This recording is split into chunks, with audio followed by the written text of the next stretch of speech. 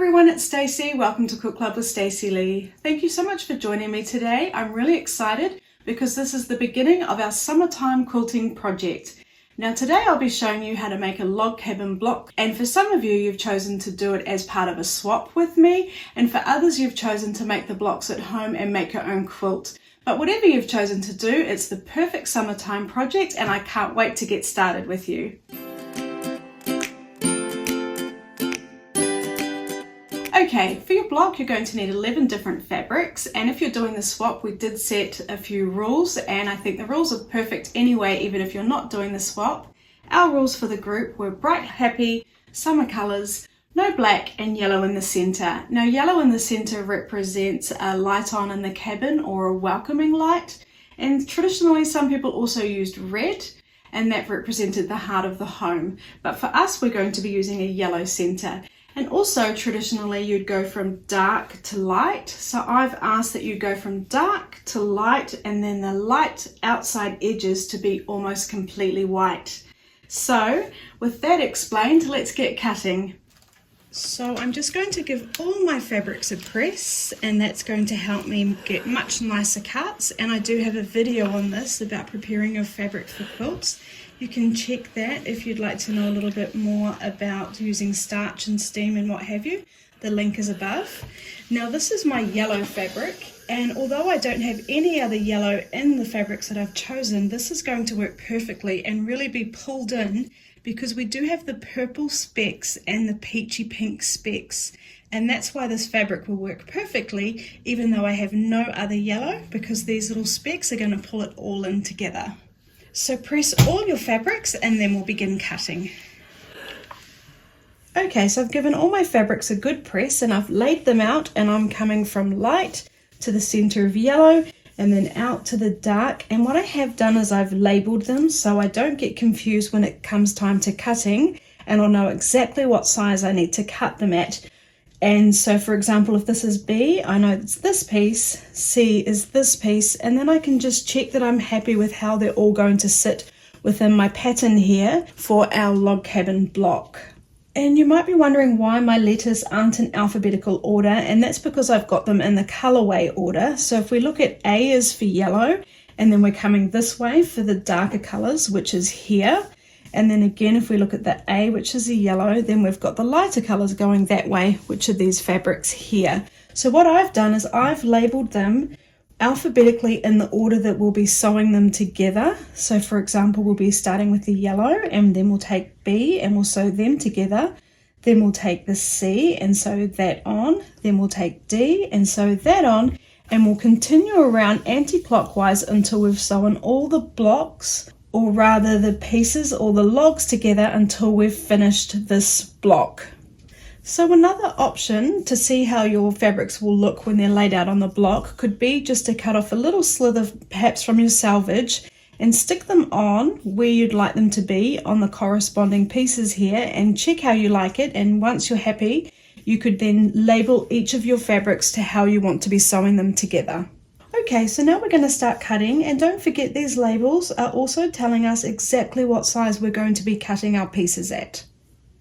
Okay, so once we're ready to cut, spread out your first fabric that you're cutting, and it doesn't matter which one you're cutting. And what I'm going to do is I've printed out my notes, and I don't know how many you plan to do. You might be planning to do 36 blocks, 24 blocks or 12 blocks, but that will determine how many pieces you need from each piece of fabric. But let's just focus on the letters. So if this is fabric I, I'm just going to give that one a circle because that's the one I'm working on now, and I know that it needs to be 2.5 inches by 10.5 inches. So what we're going to do is we're going to cut the longer length first, because we want to use the lengthwise grain, which is the grain that runs parallel to our selvages here, because then it's less likely to stretch and distort as we sew. That means that we'll always cut our longer widths this way, so our 4.5 inch, 6.5 inch, 8.5 inch and so on, and then when we're cutting them down to the 2.5 inch strips, we'll come along this way and do that. So I'll just take out my pin, and just like usual we'll just start with a nice straight edge.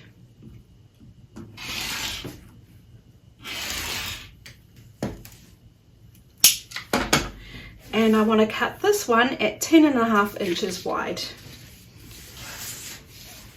So I'll just flip that over.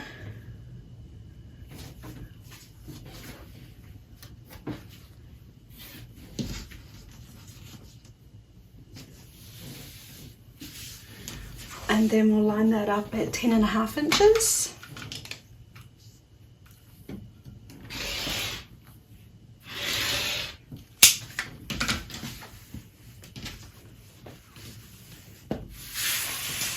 And then we'll take this fabric and we'll cut this into our 2.5 inch strips, and we'll cut as many as we can get. Well, I know I will be, because I need to cut 36. You can work out how many you need to cut, and then you need to do this for all your fabrics.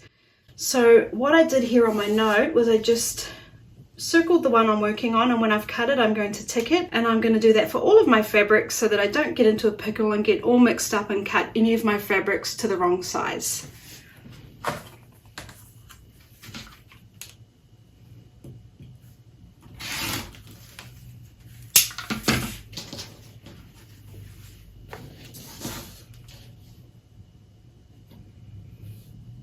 Now remember, if you wanted to, you could mark it at 2.5 inches as a guide. I'm not going to worry today because 2.5 inches is quite easy to quickly work out on the mat. So if that's 2.5, I cut the next one on 5.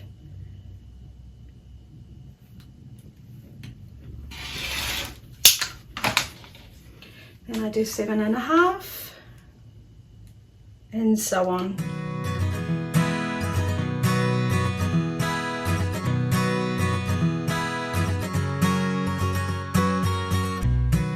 So now I've finished cutting that first lot of my 10.5 inch strips for my eye fabric. Once I've finished cutting that fabric, I'm going to give it a tick. Then I'll grab my next one, whichever one it is, and give it a circle, and then when I'm finished cutting, I'm just going to tick it off as I go. And I'll do that for all of my fabrics. And then once we've done that, it's time to sew. So I've finished cutting all of my pieces, and I've put them in the right order that I'll be sewing them together in, and it's in the same order that's here on the block. It's just we've got lots of extra space because they're not sewn together. But if you're not going to be able to remember what order yours get sewn in, perhaps when you finish cutting each of the different fabrics, you could put your letter back on them, just pin it on, and then it will be much easier for you to work out the layout when you're at this stage. So now we're going to sew them together, and we always start with our yellow piece, and then we take our second 2.5 inch piece and we're going to sew them together. So we take our second piece and we fold it on top of our yellow piece, and we're going to sew down this side. And I will pin mine. I'm making sure my edges are lined up nicely and my corners are lined up nicely, and I will just pin that to make sure it stays in place. Okay, so now we're going to sew my seam, and all the usual rules apply. I'm stitching at stitch length 2 because this will eventually be a quilt top. I've made sure I've got some bobbins wound, and I've got my 1/4 inch foot on, and if you need help about the 1/4 inch foot and how to attach it and how to check that you are sewing at a proper 1/4 inch, you can check my other video. When it comes to sewing these, we do want to make sure we're sewing at perhaps even a scant 1/4 inch, which means we're a couple of threads in towards the edge rather than being a little bit more generous, because if we're a bit generous, by the time we've finished sewing all these seams together, our block isn't going to be big enough. So if anything, we would prefer to sew at a scant 1/4 inch. And you can find out more about that in my video, like I said, which is in the link. But for now, I'm just going to sew mine at my 1/4 inch. And remember, we don't need to do back stitch. We'll be coming back over these edges.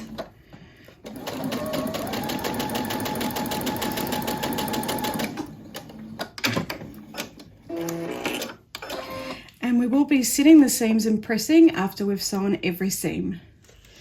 So we'll set the seam, and then what we'll do is we're going to press the seams so that they're coming towards the fabric that we just sewed on. So I'll finger press that and give it a press.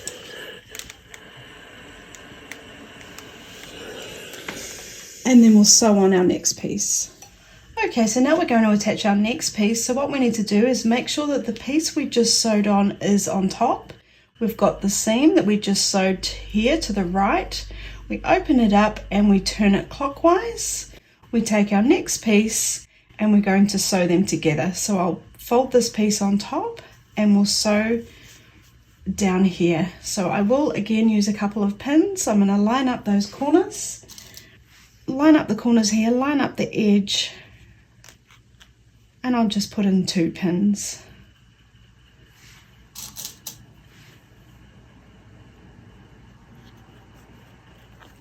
So now I'm going to sew again at my 1/4 inch or a slightly scant 1/4 inch.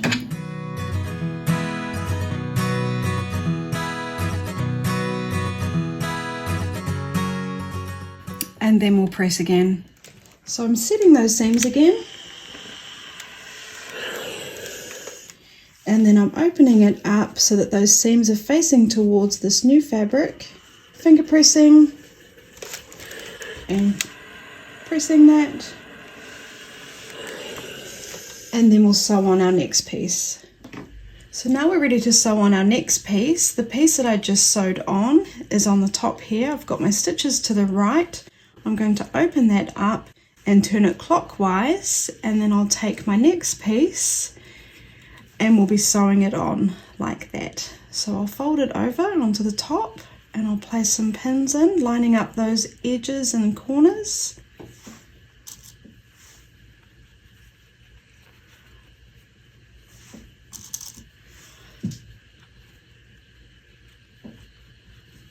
And then we'll sew and press.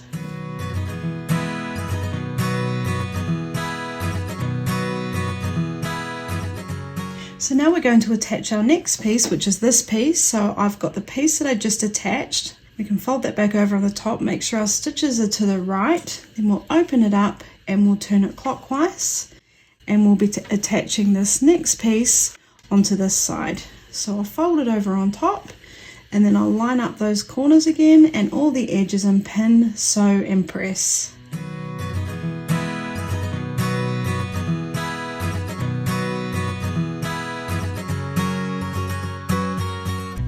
So now we'll attach our next piece, and I can fold the piece that I just attached over, and we've got the stitches to the right. We'll open that up and we'll turn it clockwise, and we'll take our next piece and attach that to this side. So again, I'll fold it over. I'm going to line up those edges in the corners.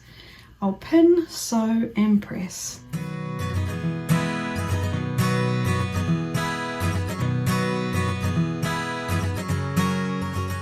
So now I'm going to continue on as I have been until all my pieces are attached to my block and my block is finished. So like I've been doing, I'm going to fold this one over, check that my stitches are to the right, open it up, turn it clockwise, and then I'm going to attach my next strip, and I'll continue on doing that until I've finished my block.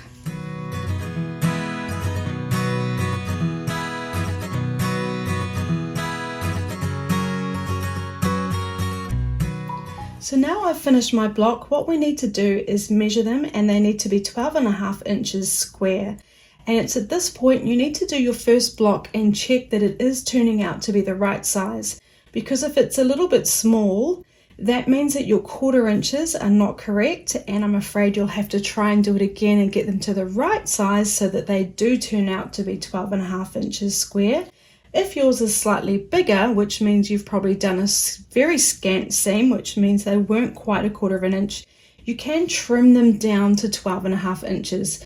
But if they're too small, well, we can't make them bigger. So I suggest you do one sample and check that you are sewing those 1/4 inch seams correctly. And then you need to make however many you want to make, and then you're done. Okay everyone, so that's our log cabin block. I hope you've enjoyed that, and a few things to remember is just to take your time with cutting and make sure you're doing nice accurate cuts. Slow down with your sewing, and remember we want a nice 1/4 inch seam, and if anything we need it to be a little bit scant. Remember to press the seams in the right direction, and also remember that when you're sewing them we want them to stay in the right direction. I recommend you give them all a press when you're finished and cut off those loose threads. And I think this is going to be a wonderful summertime project, and I can't wait to see all your beautiful blocks. And next week I begin my Learn to Sew series, and if you've got a friend or a family member that would like to learn to sew, please send them my way. I think we're going to have a lot of fun with my 8-week Learning to Sew series. Thank you for watching my videos. If you're enjoying them, please like, subscribe and leave a comment.